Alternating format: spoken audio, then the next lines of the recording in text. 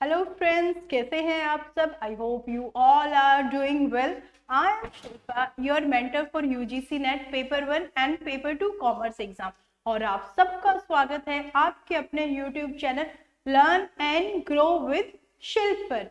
So friends, आज हम अपने नेट जेआरएफ जून 2022 के रेजोल्यूशन को एक बार फिर से पक्का करते हुए और उसी डायरेक्शन में बढ़ते हुए एक और टॉपिक को कवर करने वाले हैं, जो है आपका foreign direct investment and foreign portfolio investment. So friends, ये टॉपिक बहुत छोटा सा है एंड आई प्रॉमिस आपको इसको पढ़ने में भी बहुत मजा आएगा और ये वर्थ टू स्टडी है, क्योंकि बार बार यूजीसी नेट एग्जाम में इस टॉपिक पे से क्वेश्चन पूछे ही जाते हैं, चाहे वो आपके असर्शन एंड रीजनिंग की फॉर्म में हो या फिर वो आपके एमसीक्यूज की फॉर्म में हो या फिर वो आपको एज अ रीडिंग कॉम्प्रीहेंशन के पॉइंट ऑफ व्यू से भी ये टॉपिक बहुत इंपॉर्टेंट है। हो सकता है आपने इस टॉपिक के बारे में पहले भी पढ़ा हो, लेकिन आज इस टॉपिक की बारीकियों को हम विद एग्जाम्पल समझने वाले हैं। सो क्लास के लास्ट तक हमारे साथ बने रहिए और अपने 2 मार्क्स को सिक्योर कर लीजिएगा। तो चलिए स्टार्ट करते हैं। हमारा आज का टॉपिक है foreign direct investment and foreign portfolio investment, जिसको हम शॉर्ट में बोलते हैं FDI and FPI.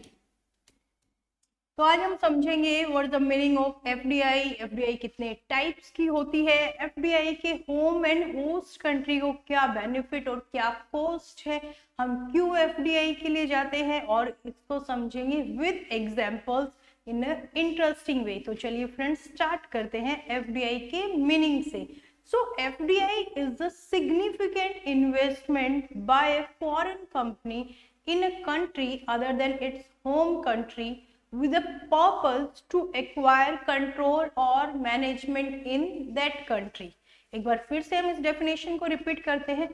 Foreign direct investment is the investment of a significant portion or a significant investment by a company in a country other than its home country with a purpose to acquire control of management or acquiring a controlling stake in that company।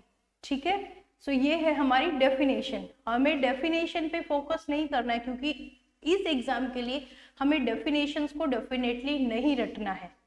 हमारा focus है concept की understanding में। सो इसमें कौन कौन सी चीजें आई? FDI is a significant investment. Significant investment मतलब which is at least 10% और more। यानी कि अगर हम किसी कंपनी में इन्वेस्ट कर रहे हैं, उस कंपनी की जो कैपिटल है उसका 10% के इक्वल और उससे ज्यादा, ये कहलाएगा आपका सिग्निफिकेंट इन्वेस्टमेंट। ये हम क्यों कर रहे हैं? सिग्निफिकेंट इन्वेस्टमेंट कहां पे कर रहे हैं? In a foreign company, in a foreign company. और क्यों कर रहे हैं? For gaining control of management, control of management वहां पे हम कर रहे हैं।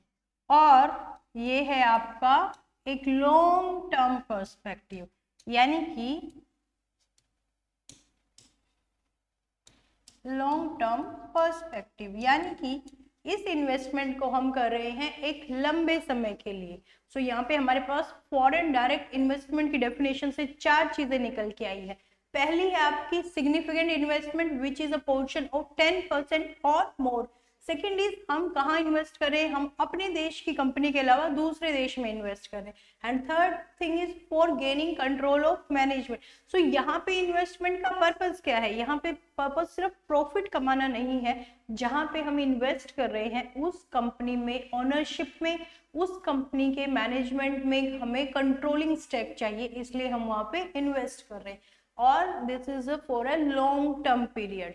ये हम शॉर्ट टर्म के लिए इन्वेस्ट नहीं करें कि आज हमने इन्वेस्ट किया 6 महीने बाद हम इन्वेस्टमेंट निकाले। No, this is for a long term, this can take many many many years. तो हम लोग यह इन्वेस्टमेंट एक लंबे टाइम के लिए करें। सो आई होप आज आपको एफडीआई की डेफिनेशन एक नए तरीके से समझने को मिली होगी। सो फ्रेंड्स, इसको हम कुछ एग्जाम्पल्स के जरिए समझते हैं। एफडीआई हम किसको बोलते हैं? अगर हम किसी फॉरेन कंपनी को डायरेक्ट एक्वायर कर लेते हैं उसको हम बोलेंगे एफडीआई। अगर किसी कंपनी के साथ जॉइंट वेंचर या मर्जर कर लेते हैं उसको बोलेंगे एफडीआई। अगर हम किसी कंपनी के साथ, लोकल कंपनी के साथ कोई स्ट्रेटेजिक अलायंस बना लेते हैं for the exchange of technology, for the exchange of intellectual property rights, उसको बोलेंगे एफडीआई। अगर हम कहीं पे वहीं अपनी सब्सिडरी ओपन कर लेते हैं उसको बोलेंगे एफडीआई। सो ये जो डिफरेंट तरीके से इन्वेस्टमेंट हो रही है इन सबको कंसीडर किया जाता है foreign direct investment. So friends, अभी हम समझेंगे फॉरेन डायरेक्ट इन्वेस्टमेंट कितने टाइप्स की होती है। So it can be classified on the basis of 3 parameters. 3 पैमानों पर हम फॉरेन डायरेक्ट इन्वेस्टमेंट को क्लासिफाई कर सकते हैं। This topic is very important, I am repeating again कि आप इसको प्लीज ध्यान से समझिएगा। ये जो फॉरेन डायरेक्ट इन्वेस्टमेंट की हम टाइप्स को पढ़ेंगे हम। सो types of FDI, types of FDI, इसको हम on the basis of 3 parameter पे हम इसको क्लासिफाई कर सकते हैं। So on the basis of asset based view, asset based view. Next is on the basis of nature of business activity, nature of business activity, and third is motive based view.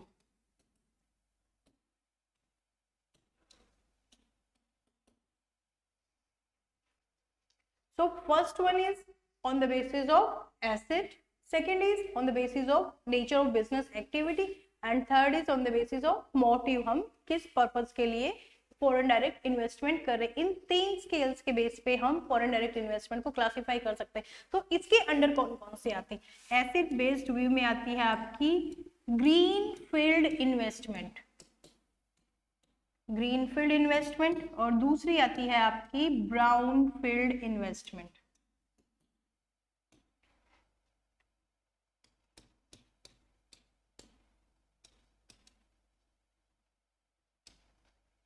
Green field investment क्या है? Green मतलब हरा, मतलब fresh. तो green को हम link करते हैं फ्रेश से, फ्रेश मतलब नया। सो जब हम कोई फैसिलिटी, जब हम कोई कंपनी, जब हम अपनी कंपनी की कोई ब्रांच एकदम नए सिरे से किसी फॉरेन कंट्री में ओपन करते हैं उसको बोला जाता है ग्रीन फील्ड इन्वेस्टमेंट। यानी कि यहाँ पर हम सारी एक्टिविटीज जीरो से स्टार्ट कर रहे हैं, मतलब हम अपना एम्पायर, हम अपनी ऑर्गेनाइजेशन वहां पे खुद अपने आप जीरो से स्टार्ट करें। We are starting from the scratch. So this is like कि green field investment refers to building a new facility in the foreign country. जैसे कि इसके एग्जाम्पल हम ले सकते हैं, जैसे कि होंडा ने यूके में अपनी कंपनी की ब्रांचेस एस्टेब्लिश की, मर्सिडीज ने पुणे में अपना प्लांट एस्टेब्लिश किया। So these all are green field investment. So main हमारा फोकस क्या रहेगा, यहाँ पे हमें कॉन्सेप्ट को समझना है, उसके एग्जाम्पल्स को याद रखना है, सो दैट एग्जाम के टाइम में हम चीजों को एसोसिएट कर पाएंगे। Next come your nature of business activities. So nature of business activities में आपके 3 टाइप आते हैं। First one is your horizontal FDI, horizontal FDI. Second is your vertical FDI, and third is conglomerate FDI. एक एक करके हम इनको detail में समझेंगे। सो हॉरिजॉन्टल एफडीआई क्या होता है? जब कोई कंपनी अपने जो डोमेस्टिक कंट्री में जो ऑपरेशंस कर रही है, जिस बिजनेस में इन्वॉल्व है, अगर वो उसी को किसी दूसरी कंट्री में एक्सपेंड करती है, तो उसको बोला जाता है हॉरिजॉन्टल एफडीआई, यानी कि आप अपने रिलेटेड बिजनेस को एक्सपेंड कर रहे हो, आप जिससे बिलोंग करते हो उसी बिजनेस को आप दूसरी कंट्री में एक्सपेंड कर रहे हो। तो इसको हम कुछ एग्जांपल्स के थ्रू समझेंगे कि हॉरिजॉन्टल एफडीआई होता क्या है। सपोज मैं ये स्पेस खाली कर लेती हूँ एग्जांपल्स के लिए।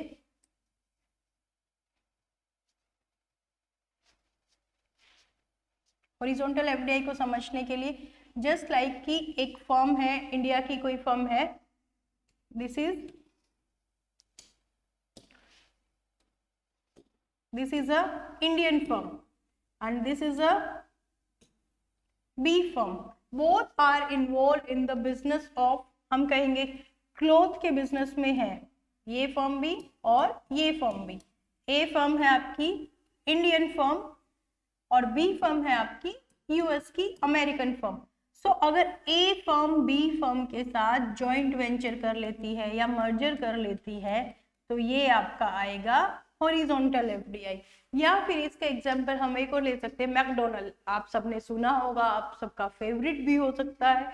सो मैकडोनल्ड अगर अपने एक ब्रांच जापान में खोल लेता है, मैकडोनल्ड अपनी एक ब्रांच इंडिया में खोल लेता है, तो ये होगा आपका हॉरिजॉन्टल एफडीआई। सो इसी तरह से आपका आता है फिर वर्टिकल एफडीआई। वर्टिकल एफडीआई क्या है? जब आप अपने सप्लाई चेन में किसी और सप्लाई चेन में ऊपर या नीचे मूव करते हैं तो ये आपका होता है वर्टिकल एफडीआई। इसको एक बार एग्जांपल के थ्रू समझेंगे कि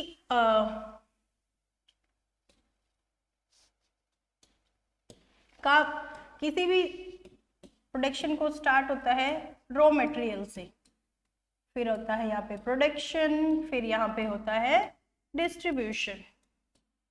ठीक है, अभी एक फर्म है जो रॉ मटेरियल प्रोवाइड करवा रही है, दूसरी फर्म है जो उसको मैन्युफैक्चर कर रही है, प्रोड्यूस कर रही है, और तीसरी फर्म है जो उसके डिस्ट्रीब्यूशन का काम कर रही है। ये तीनों फर्म जब ये पूरा एक मिलकर एक चेन बनता है जिसको बोलते हैं हम supply chain. Supply chain includes all the activities right from manufacturing of a product from manufacturing to its distribution. Like आपके मैन्युफैक्चरिंग प्रोसेस से लेके उसको कंज्यूमर तक पहुंचाने का सारा काम जो होता है वो आपका अंडर सप्लाई चेन आता है। सो एक फर्म है यहाँ पे प्रोडक्शन प्रोसेस में, ये फर्म कौन है आपकी? हर्षेस। हर्षेस सिरप आता है, ये आपकी एक चॉकलेट मैन्युफैक्चरिंग फर्म है। अगर ये फर्म ब्रिटेन में या फिर स्पेन में किसी कोको पाउडर बनाने वाली फर्म के साथ मर्ज कर लेती है या वहां पे इन्वेस्ट कर लेती है, सो ये क्या है, यहाँ पे इसने अपनी सप्लाई चेन में पीछे की तरफ इंटीग्रेशन किया है। तो इसको हम क्या बोलेंगे? हम इसको हम बोलेंगे बैकवर्ड वर्टिकल एफडीआई। सो ये यहाँ पे स्पेन में कोको पाउडर बनाने वाली फर्म के साथ एक कुछ भी एग्रीमेंट कर रही है, कुछ भी कॉन्ट्रैक्ट कर रही है, वहां पे एफडीआई कर रही है, वहां पे इन्वेस्टमेंट कर रही है। सो ये क्या कर रही है? ये यहाँ पे बैकवर्ड वर्टिकल एफडीआई में इन्वेस्ट कर रही है। और इसी तरह से अगर ये फर्म अलीबाबा कंपनी है, अलीबाबा क्या है? ये आपका ई कॉमर्स प्लेटफॉर्म है जो कि गुड्स को डिस्ट्रीब्यूशन का काम करता है। अगर ये फर्म यहाँ पे अलीबाबा कंपनी के साथ कोई इन्वेस्टमेंट करती है, उसके साथ कोई कॉन्ट्रैक्ट करती है, तो ये क्या होगा? ये होगा इसका फॉरवर्ड वर्टिकल इंटीग्रेशन, और इसको हम बोलेंगे फॉरवर्ड वर्टिकल एफडीआई। यानी कि एक कंपनी है जो मैन्युफैक्चरिंग प्रोसेस में इन्वॉल्व है, अगर वो अपने सप्लाई चेन के बैकवर्ड जाती है, मतलब पीछे की तरफ जाती है, मतलब रॉ मटेरियल की तरफ जाती है, तो ये उसका होगा बैकवर्ड वर्टिकल एफडीआई। और अगर वो सप्लाई चेन में आगे की तरफ मूव करती है तो ये होगा उसका फॉरवर्ड वर्टिकल एफडीआई। सो यहाँ पे हमने एग्जांपल लिया हर्षे सिरप का। जो हर्षे कंपनी है वो चॉकलेट मैन्युफैक्चरिंग कंपनी है। चॉकलेट बनाने के लिए रॉ मटेरियल क्या चाहिएगा आपको? कोको पाउडर चाहिएगा। अगर वो स्पेन की किसी कंपनी कोको पाउडर बनाने वाली कंपनी में इन्वेस्टमेंट करती है, that is his vertical backward vertical FDI. और अगर वो डिस्ट्रीब्यूशन के लिए किसी कंपनी में इन्वेस्टमेंट करती है तो वो होगा उसका forward vertical FDI. Friend, this is very important to understand. मैं आपको बार बार कह रही हूँ, इस टॉपिक को प्लीज फोकस कीजिएगा, ध्यान से पढ़िएगा। इसके लिए मैंने आपके लिए डिफरेंट डिफरेंट एग्जांपल्स के थ्रू आपको कॉन्सेप्ट एक्सप्लेन करने की कोशिश कर रही हूँ मैं। So make your on notes भी वहाँ पे मार्क डाउन कर लीजिए इन सब पॉइंट्स को। Next is your conglomerate FDI. Conglomerate का मतलब क्या है? कॉन्ग्लोमेरेट इज अनरिलेटेड और इसको बोलेंगे मल्टी इंडस्ट्री कंपनी। कॉन्ग्लोमेरेट क्या है? जब फर्म अपने से अनरिलेटेड बिजनेस में बाहर कहीं इन्वेस्टमेंट करती है। तो इसके भी कुछ एग्जांपल्स हैं हमारे पास। Tata groups, Aditya Birla groups, Reliance group. Tata group आप इमेजिन कर सकते हैं कहाँ कहाँ पे है। Tata Group is automobiles, Tata Group is in consultancy, Tata Group is in finance, Tata Group is in e-commerce. Everywhere you will find Tata Group. तो ये क्या है? ये उसका कॉन्ग्लोमरेट जाइंट है। कॉन्ग्लोमरेट जाइंट मतलब वो डिफरेंट डिफरेंट बिजनेसेस में डिफरेंट डिफरेंट कंट्रीज में इन्वॉल्व है। 2000 में क्या किया? टाटा ने टेटली कंपनी को एक्वायर किया। 2007 में फिर टाटा ने एक्वायर किया ब्रिटेन की कोरस कंपनी को। 2007 में टाटा स्टील ने ब्रिटेन की कोरस कंपनी को एक्वायर किया। और टाटा क्या इस तरह से बहुत सारी कंपनीज है। टाटा का बिगेस्ट एक्विजिशन वो था टीसीएस, आईटीसी। सो अगर कंपनीज अपने से अनरिलेटेड बिजनेस में इन्वेस्टमेंट कर रही है तो ये होगा उसका कॉन्ग्लोमरेट एफडीआई। यानी कि इसको हम एक सिंपल एग्जांपल से भी समझे, हाइपोथेटिकल एग्जांपल से, कि एक शू मैन्युफैक्चरिंग कंपनी है, अगर वो गारमेंट इंडस्ट्री में इन्वेस्टमेंट कर रही है, बाहर देश की, फॉरेन डायरेक्ट मतलब बाहर देश की किसी गारमेंट इंडस्ट्री में इन्वेस्टमेंट कर रही है, या फिर वो कॉस्मेटिक इंडस्ट्री में इन्वेस्टमेंट कर रही है, तो ये होगा उसके लिए कॉन्ग्लोमरेट एफडीआई, क्योंकि ये उसका बेसिक फील्ड नहीं है बट वो अपने से अनरिलेटेड एक्टिविटीज में भी इन्वेस्टमेंट कर रही है। Then comes your motive based view. Motive based classification हम इसको बोल सकते हैं, यानी कि किस पर्पस के लिए हम इन्वेस्टमेंट करें। तो हमारे पर्पस क्या क्या हो सकते हैं? So your first can be resource seeking view. Resource seeking view, हमें पता है कि हर एक कंट्री की अपनी स्पेशलिटी है, यानी कि किसी कंट्री में आपको चीप लेबर मिलेगी, किसी कंट्री में आपको टेक्नोलॉजी बहुत अच्छी मिलेगी। सो हर एक देश में अलग अलग रिसोर्सेज अलग अलग स्पेशलिटी में अवेलेबल है। आपके factor of production different different, किसी कंट्री में आपको कैपिटल सस्ता मिलेगा। तो आप किस लिए एफडीआई करते हैं? आप उस कंट्री के जो रिसोर्सेज है उनको अवेल करने के लिए वहां पे फॉरेन डायरेक्ट इन्वेस्टमेंट करते हैं। सो जैसे इंडिया है, इंडिया में क्या है? आपको चीप लेबर मिलता है। सो बाहर की एमएनसीज के लिए इंडिया एफडीआई के लिए एक बहुत मतलब पोटेंशियल हब बन चुका है कि बाहर की बहुत सारी कंपनीज आ रही हैं, यहाँ की चीप लेबर से वो अपना काम ले रही हैं। तो उन्होंने अपने एस्टेब्लिशमेंट यहाँ पे अपनी ऑर्गेनाइजेशंस यहाँ पे एस्टेब्लिश की हैं। क्यों? क्योंकि हमारे चीप रिसोर्सेज का उनको बेनिफिट चाहिए।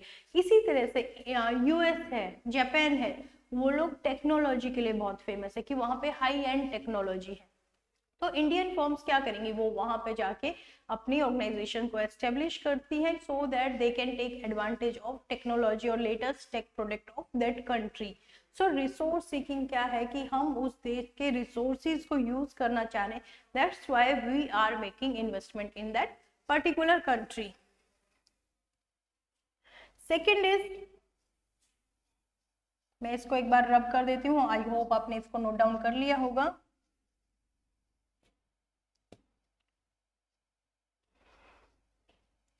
Second is market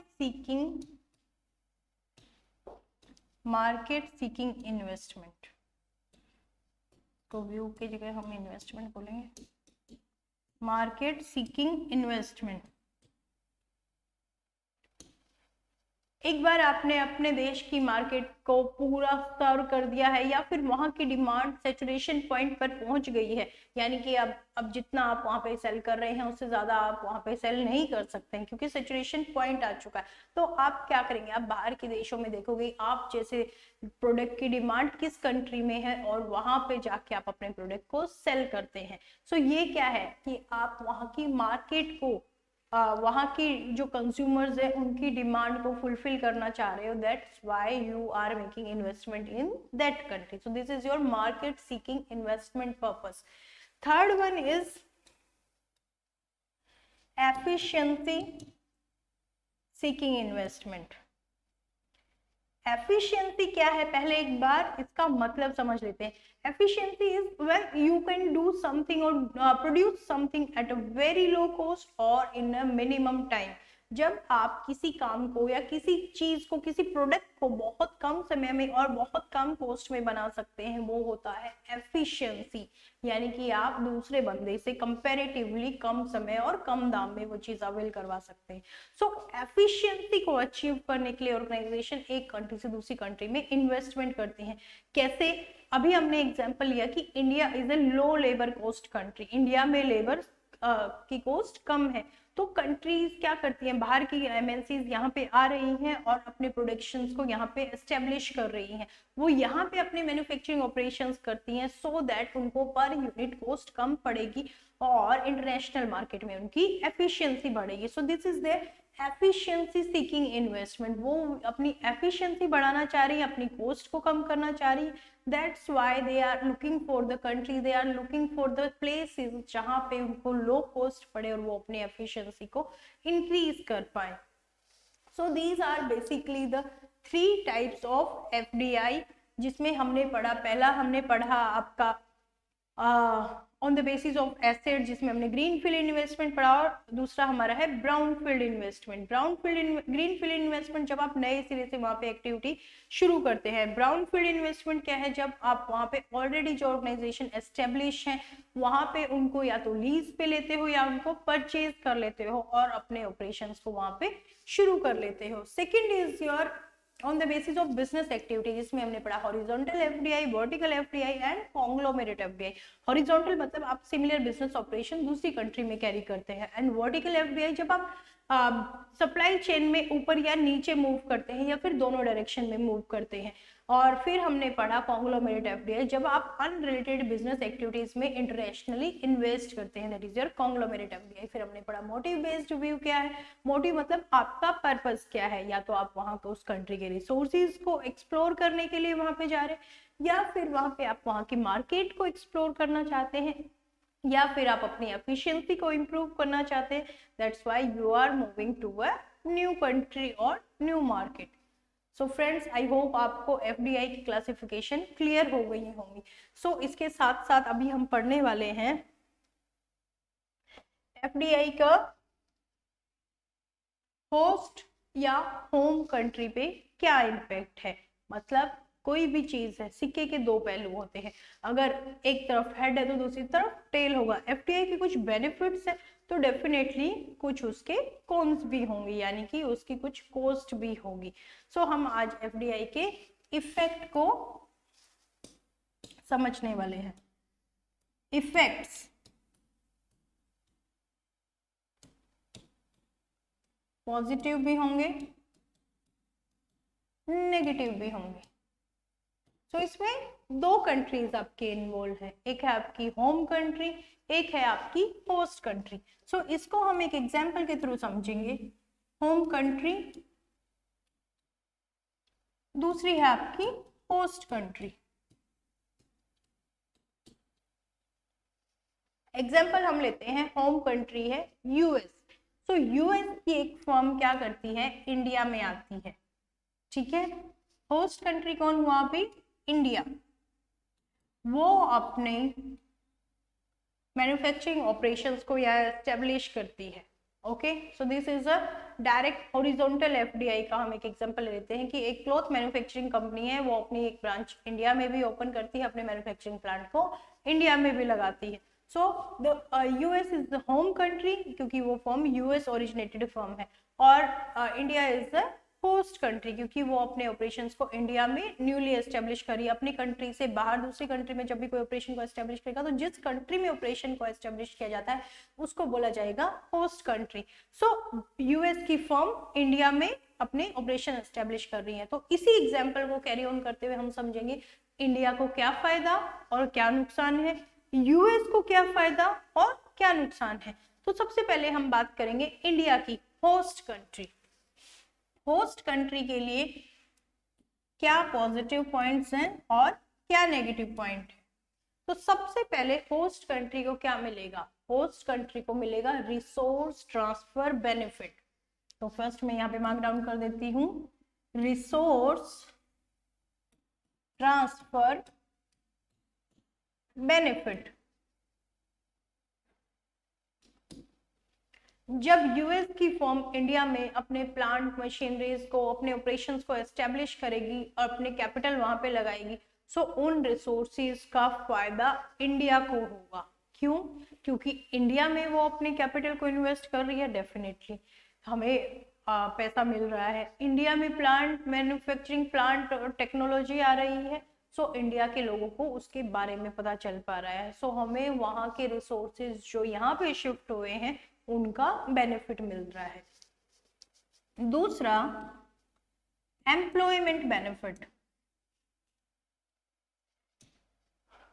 employment benefit, जब यूएस की कंपनी इंडिया में अपना प्लांट लगा रही है, अपने ऑपरेशंस को एस्टेब्लिश कर रही है, तो उसको काम करने के लिए बंदे भी चाहिए। वो सब बंदे यूएस से तो नहीं ला सकती, ऑब्वियसली इट में पॉसिबल कि वो कुछ की पर्सनल्स जो है मेन बंदे वहां के हो सकते हैं, लेकिन जो उसको मेजोरिटी ऑफ स्टाफ लगेगा, मेजोरिटी ऑफ लाइक हम कहेंगे लेबर उसको चाहिए, वो उसको इंडिया से ही हायर करना पड़ेगा। सो क्या होगा, हमें एम्प्लॉयमेंट का बेनिफिट मिलेगा कि हमारे पास एम्प्लॉयमेंट अपॉर्चुनिटी है कि हम उस कंपनी को सर्व कर सकते हैं। थर्ड थिंग जो बहुत इंपॉर्टेंट है, that is BOP effect. BOP कल भी हमने डिस्कस किया था, बैलेंस ऑफ पेमेंट। ये क्या है, आपके इंटरनेशनल ट्रांजेक्शंस का लेखा जोखा है कि एक साल में कितना पैसा आपके कंट्री से बाहर जाता है, कितना पैसा कंट्री से दूसरी कंट्री से इंडिया में आ रहा है। तो जब कोई कंपनी बाहर से आती है, इंडिया में अपने प्लांट को लगाती है, अपने ब्रांचेस खोलती है या फिर कोई भी इन्वेस्टमेंट करती है, तो उसका अल्टीमेट इफेक्ट पड़ता है बीओपी, बैलेंस ऑफ पेमेंट पे। सो जब कोई भी कंपनी अपने ऑपरेशंस को यहाँ पे शिफ्ट करती है, यहाँ पे अपनी और ब्रांचेस को खोलती है, तो हमारे पास आता है कैपिटल का इनफ्लो, और इनफ्लो होने से हमारे बैलेंस ऑफ पेमेंट की पोजीशन सुधरती है। Next is your effect on competition and growth।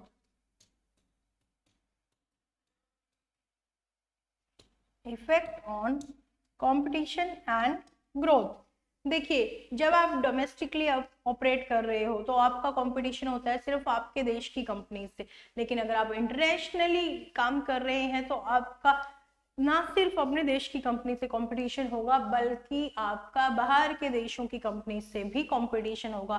So ultimately ये एक हेल्दी कंपटीशन होगा, तो आपको अपनी एफिशिएंसी को इम्प्रूव करना पड़ेगा, और आपकी जब एफिशिएंसी इम्प्रूव होगी, लोकल फर्म्स को भी ग्रो करने का मौका मिलता है। सो ये थे हमारे कुछ बेनिफिट्स, ऑल्दो इसके अलावा बहुत सारे बेनिफिट हैं, बट जो हम मेन इसमें आज कवर कर रहे हैं वो ये बेनिफिट्स हैं। पहला हमने देखा रिसोर्स ट्रांसफर बेनिफिट, अगर कोई कंपनी यहाँ पे शिफ्ट हो रही है, यहाँ पे अपने ब्रांच को ओपन कर रही है, तो उसने जो रिसोर्सेज यहाँ पे लगाए हैं उसका बेनिफिट हमारी कंट्री को मिलता है। फिर आपको मिलता है एम्प्लॉयमेंट की अपॉर्चुनिटी की अगर उस कंपनी को यहाँ पे अपने ऑपरेशंस को चलाना है तो उसको वहाँ उसको चलाने के लिए लोग भी चाहिए, और वो लोग हमारी ही देश के होंगे, तो हमारे देश में ऑब्वियसली रोजगार की अपॉर्चुनिटी बढ़ेगी। फिर आपका आता है बैलेंस ऑफ पेमेंट, जब भारत के किसी दूसरे देश से इन्वेस्टमेंट होती है तो हमारे बैलेंस ऑफ पेमेंट पे पॉजिटिव इम्पैक्ट आएगा। फिर आपका आएगा इफेक्ट ऑन कंपटीशन और ग्रोथ, जब आपके कंपटीशन इंटरनेशनली कंपटीशन होता है हमारी फर्म्स का, तो उनको भी अपनी एफिशिएंसी को इम्प्रूव करने का और ग्रो करने की एक अपॉर्चुनिटी मिलती है। ये तो थे इसके पॉजिटिव बेनिफिट, तो इसके कुछ नेगेटिव बेनिफिट्स भी रहेंगे, तो चलिए एक बार क्विकली उनको समझ लेते हैं। तो इसका फर्स्ट नेगेटिव इम्पैक्ट है adverse effect on local businesses.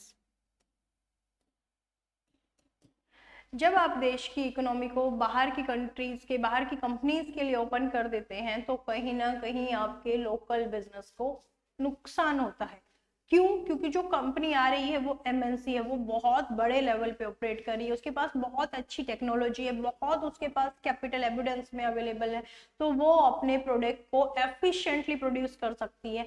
और जब वो लो कॉस्ट पे अपने प्रोडक्ट को अवेलेबल कराएगी, तो कहीं ना कहीं हमारे लोकल प्रोड्यूसर्स को उससे कंपटीशन मिलेगा और वो पीछे रह जाएंगे, और सारा का सारा बेनिफिट चला जाएगा एमएनसीज को, क्योंकि they are better at technology and they are more efficient. Second thing is adverse effect on BOP.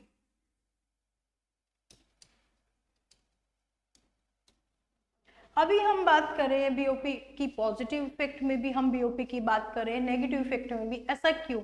ऐसा इसलिए जब वो यहाँ पे कैपिटल इन्वेस्ट करते हैं तो डेफिनेटली बीओपी पे एक पॉजिटिव इम्पैक्ट आता है, लेकिन जब वो फर्म अपने प्रॉफिट को वापस अपनी कंट्री में भेज देती है, वापस अपने हेड ऑफिस या होम कंट्री में भेज देती है, तो that is repatriation of profit. तो वो सारा का सारा पैसा जो प्रॉफिट के रूप में उसने हमारे देश से कमाया है वो दूसरे देश को चला जाता है। Third thing is national sovereignty and autonomy.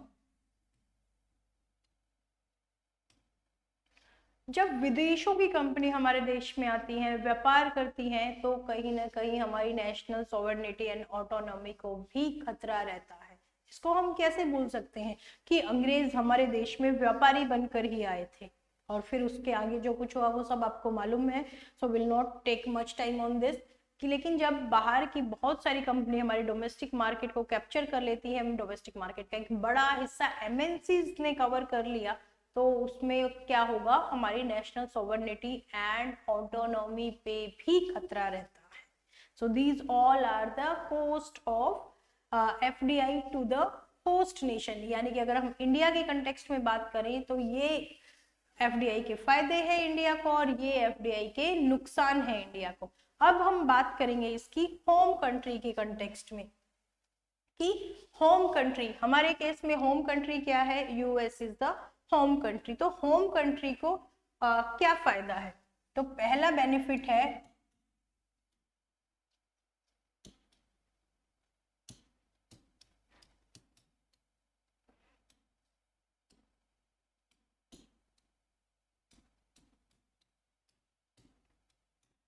Learning skills from host country और लर्निंग फॉरेन स्किल्स। कि जब हम किसी दूसरे देश में व्यापार करते हैं तो ऑब्वियसली हम उस देश की जो स्किल्स है, उस देश की जो स्पेशलाइजेशन है, उसको सीख सकते हैं। अगर यूएस की फर्म इंडिया में आई है तो यूएस को इंडियन तौर तरीकों का, इंडियन जो मेथोडोलॉजी है उसके बारे में सीखने को मिलेगा, तो हमें फॉरेन स्किल्स की भी नॉलेज होगी।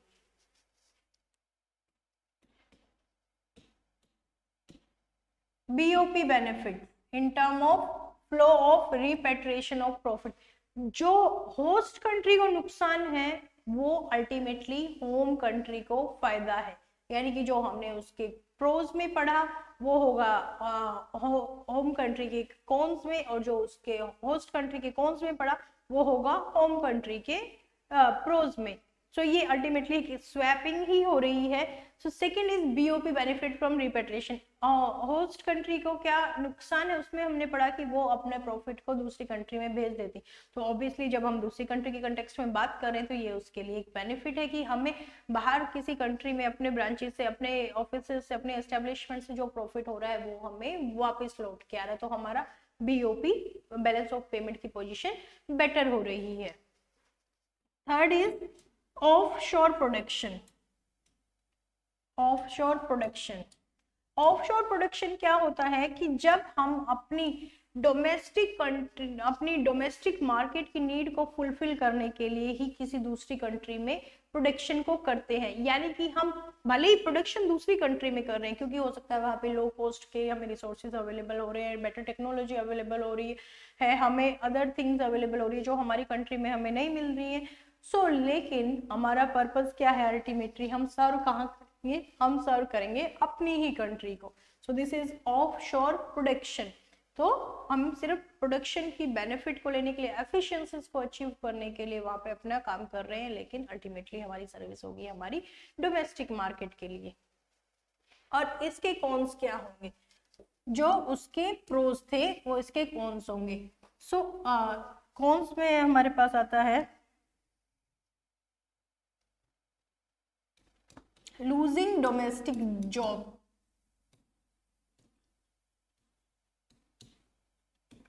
लूजिंग डोमेस्टिक जॉब्स, मतलब कि अगर हम अपनी कंट्री में कोई प्लांट लगाते हैं, अपनी कंट्री में कोई एस्टेब्लिशमेंट लगाते हैं, तो ऑब्वियसली हमें हमारे देश के लोगों को सर्विस का, एम्प्लॉयमेंट का मौका मिलेगा। लेकिन अगर हम दूसरी कंट्री में लगा रहे हैं तो वहाँ के लोगों को एम्प्लॉयमेंट मिलेगा, तो हम अपने देश की जॉब्स को लूज कर रहे हैं।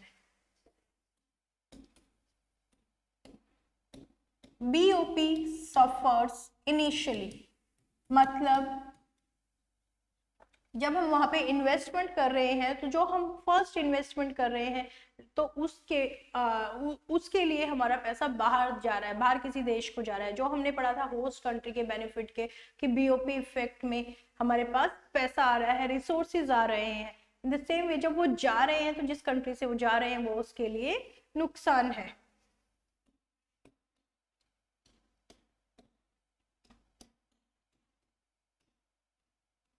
Third is loss of technological know how, मतलब जब हम किसी दूसरे देश में काम करते हैं तो अगर अमेरिका की कंपनी इंडिया में काम कर रही है तो जिस तौर तरीके से वो काम कर रही है तो इंडिया के लोग भी तो सीखेंगे ना कि वो किस तरीके से काम करी। तो ऑब्वियसली उनका जो कुछ स्पेशलाइजेशन रहती है और उनका जो सीक्रेट रहेगा वो सब शेयर हो जाएगा। अगर यूएस की कंपनी इंडिया के लोगों से सीखती है तो इंडिया के लोग भी यूएस की कंपनी से सीखते हैं। लेकिन इस केस में there is loss of their technological know how, because technological know how is a kind of property जिसको आप आपके एडवांटेज के लिए यूज करते हैं। लेकिन अगर उसका सबको ही पता चलता है तो कहीं ना कहीं ये आपके लिए नुकसान है। So friend, these were all about the pros and cons, positive or negative impact of FDI for the home country as well as the host country. So FDI के हम एक क्विक रिवीजन लेते हैं कि FDI के बारे में सबसे पहले हमने पढ़ा कि FDI होता क्या है। FDI क्या है? जब हम कहीं पे किसी दूसरी कंट्री में इन्वेस्टमेंट कर रहे हैं 10% और उससे ज्यादा एक लंबे समय के लिए, और किस पर्पस के लिए हम कर रहे हैं, वहां पर उस कंट्री की उस कंपनी में एक कंट्रोलिंग स्टेक या मैनेजमेंट को कंट्रोल करने के लिए।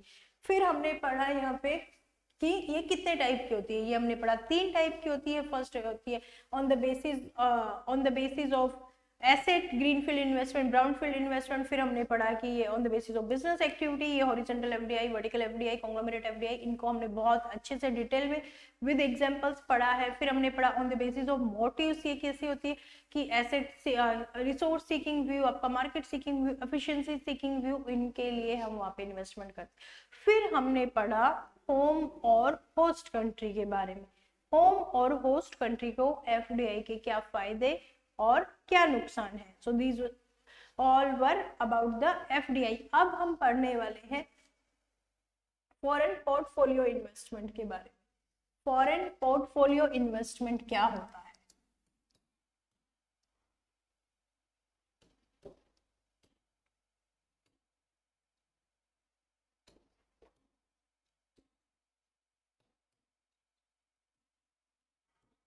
फॉरेन पोर्टफोलियो इन्वेस्टमेंट की, जब हम किसी कंट्री में या फिर किसी दूसरे देश की किसी कंपनी में इन्वेस्टमेंट कर रहे हैं इन देयर फाइनेंशियल एसेट, तो this is investment in shares, bonds and other financial assets.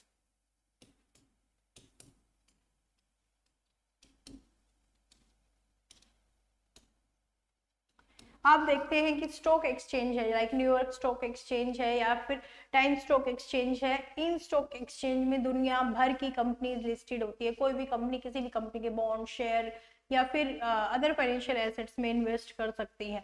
सो ये क्या है? ये है आपका फॉरेन पोर्टफोलियो इन्वेस्टमेंट। इसमें जरूरी नहीं है कि आप 10% और उससे ज्यादा हिस्सा इन्वेस्ट करेंगे, जरूरी नहीं कि आप बहुत लंबे टाइम के लिए इन्वेस्ट करेंगे, और इसमें आपका पर्पज यहाँ पे ऑनरशिप का ही होता है सिर्फ, और आप अपने प्रॉफिट के लिए वहां पे इन्वेस्टमेंट करते हैं कि जैसे उनके फाइनेंशियल एसेट्स का प्राइस बढ़ेगा आप उनको सेल करके दूसरे जगह पे इन्वेस्ट कर देंगे। तो यहाँ पे जो पर्पस आपका एफडीआई का है उससे बिल्कुल डिफरेंट पर्पस होता है। यहाँ पे आपको कोई मैनेजमेंट का कंट्रोल नहीं चाहिए, कोई कुछ नहीं चाहिए, आपको सिर्फ आपका बेनिफिट ही चाहिए। तो आप इसको शॉर्ट टर्म के लिए अपने पैसे को यहाँ पे इन्वेस्ट करते हैं। सो कई बार यहाँ पे हम फॉरेन पोर्टफोलियो इन्वेस्टमेंट को एज अ हॉट मनी भी रेफर करते हैं। क्यों? क्योंकि ये शॉर्ट टर्म के लिए है, आज पैसा यहाँ है तो कल पैसा वहाँ है, इसका कोई लंबा पर्सपेक्टिव नहीं है हमारा इन्वेस्ट करने का, तो इसलिए इसको इंटरनेशनल मार्केट में हॉट मनी की टर्म में भी बोला जाता है। दिस इज वेरी इंपॉर्टेंट, ये छोटी छोटी चीजें आपसे एग्जाम में पूछी जा सकती हैं, you should know about that कि अगर पोर्टफोलियो इन्वेस्टमेंट थोड़े टाइम के लिए हो रही तो उसको हॉट मनी कहते हैं। क्यों? क्योंकि आज पैसा इस कंपनी में तो कल पैसा दूसरी कंपनी में इन्वेस्ट करते हैं, वाइल इन एफडीआई हम एक लंबे टाइम के लिए पैसा इन्वेस्ट करते हैं। सो पोर्टफोलियो इन्वेस्टमेंट को समझने के लिए हमने अभी एफडीआई को डिटेल में पढ़ा है, तो हम अगर एफडीआई और फॉरेन पोर्टफोलियो इन्वेस्टमेंट के डिफरेंसेस को अगर एक बार समझ लेते हैं तो हमें क्लियर हो जाएंगे दोनों कॉन्सेप्ट, बिल्कुल क्रिस्टल क्लियर हो जाएगा हमें सब कुछ। तो हम एक बार क्विकली इनके डिफरेंसेस को समझते हैं कि फॉरेन पोर्टफोलियो इन्वेस्टमेंट और फॉरेन डायरेक्ट इन्वेस्टमेंट में क्या डिफरेंस है।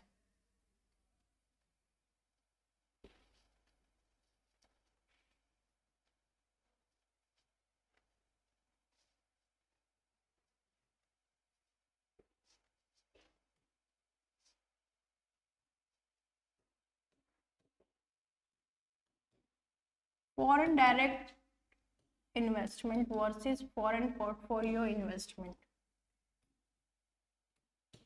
एफडीआई में हम क्या करते हैं, we invest in productive assets, investment in productive assets.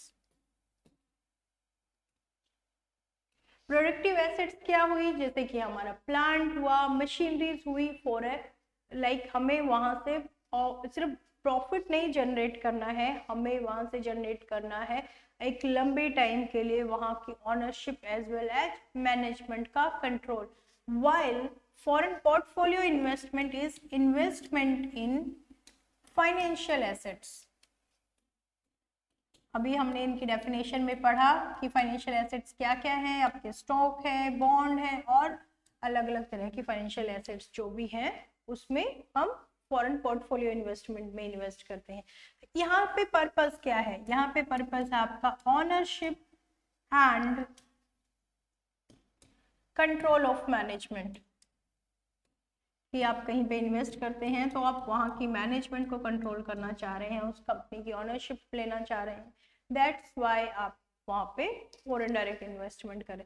लेकिन यहाँ पे फॉरेन पोर्टफोलियो इन्वेस्टमेंट में पर्पस क्या है, आपका पर्पस है सिर्फ ऑनरशिप लेना, यानी कि जो चीज़ों में, जिन फाइनेंशियल एसेट्स में आपने इन्वेस्ट किया आप सिर्फ उनकी ऑनरशिप चाहते हो, nothing else than that.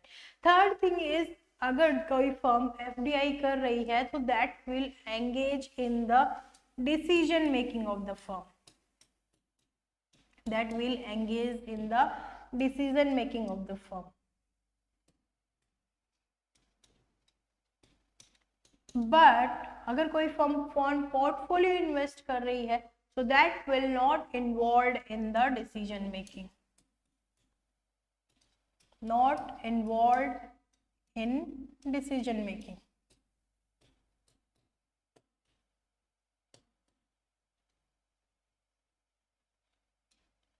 Next thing is that कि फॉरेन डायरेक्ट इन्वेस्टमेंट एक लंबे टाइम के लिए की जाती है, सो हमारा यहाँ पे एक लॉन्ग टर्म पर्सपेक्टिव है,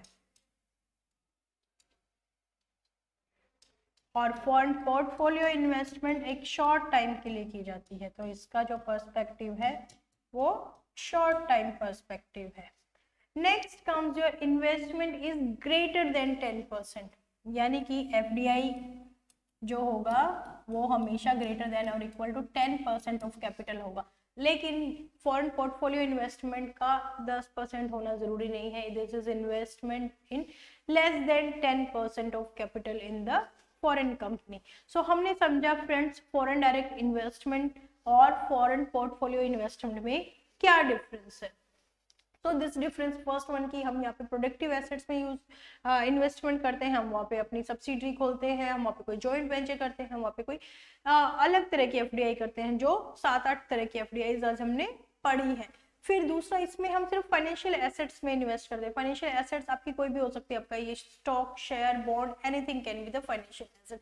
next comes your ownership and control of the management. Foreign direct investment का पर्पस होता है आपका ऑनरशिप उस कंपनी की, एज वेल एज वहाँ पे जो डिसीजन मेकिंग है, वहाँ पे जो मैनेजमेंट है उसको कंट्रोल करना। वाइल यहाँ पे फॉरेन पोर्टफोलियो इन्वेस्टमेंट में हमारा पर्पस है सिर्फ ऑनरशिप।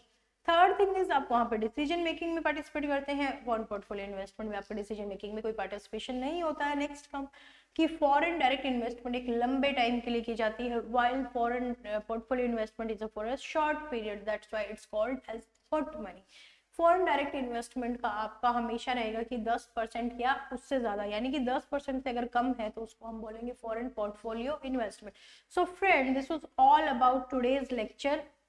ये आज के लेक्चर का था कि आज हमने डिस्कशन किया एक टॉपिक को, इसके कुछ दो छोटे छोटे पॉइंट्स रह गए हैं जिसको हम आने वाले अपकमिंग लेक्चर्स में डिस्कस करने वाले हैं। सो फ्रेंड्स, अगर आपको आज का लेक्चर समझ में आया है तो प्लीज कमेंट्स करके मुझे जरूर बताइएगा। अगर कोई डाउट है, कोई क्वेरी है तो please type your query in the comment box. Lecture अगर आपको पसंद आया है तो like it, share it with your friends and subscribe the channel. Please support us. हम आपको सपोर्ट करेंगे, आप हमें सपोर्ट करेंगे यार। Your journey to JRF will be definitely 100% success. Thank you for the watching. Have a nice day.